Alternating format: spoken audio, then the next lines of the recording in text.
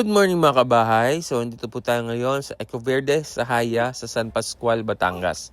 Sa Hilerang Kawayan, San Pascual, Batangas. Ito po, ang ganda po ng ating mga amenities. Meron po tayong playground. Ito po ang ating office. And ito po yung ating 24-hour security. So, ang feature po nating bahay ngayon, ito na pong sa phase 2. Yan, meron tayong inner unit. Na ang lot area po ng ating unit is 44 square meters. And ang ating floor area po is 57 po.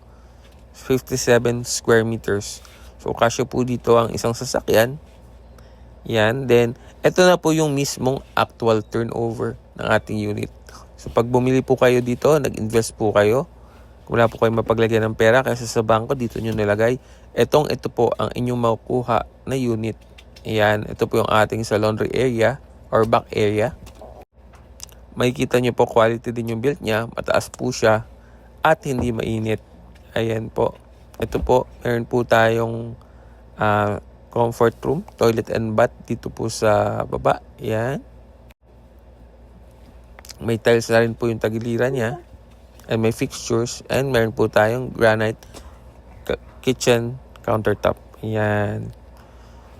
So, meron pa po tayong space dito. Mamaya po papakita ko sa inyo sa end ng video yung may dress up po na model nito, no? So, punta naman po tayo sa ating second story. Yan. So, isa sa maganda dito sa Ecoverde sa Haya is very affordable pa po ang ating unit. Pasensya na po kung naririnig nyo sa baby sa ating background. So, here is our first bedroom po.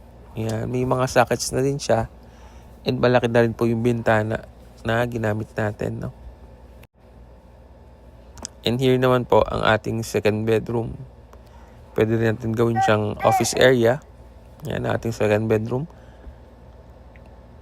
Malawak din siya sa personal. And ang ating going to our third bedroom po tayo. Yan. Ito po ang ating third bedroom. So, ang reservation po natin dito, ayan, nasa taas 15,000 po ang ating reservation. Po. As of today, ang ating units ay ipipm ko po sa inyo yung price, no, nung breakdown. So, ito po, pag dress up po yung ating unit, ganito po yung magiging itsura niya. Yan. So, ganda, di ba? Yung ginawa niyo sa ilalim ng stairs ay ginawa ng cabinets.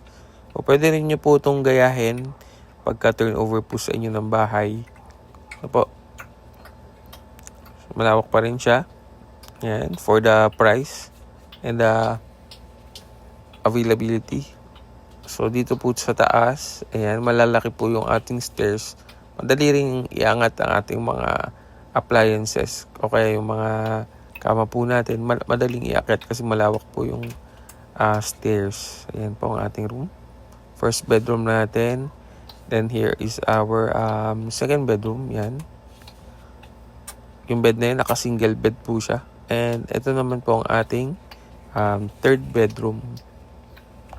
So kung kumikita po kayo ng around 47,000, no, monthly, ay pwede na kayo mag-invest dito sa Haya. So, yun na po mga kabahay. Muli, kung wala ka pong mapaglagyan ng pera, invest mo.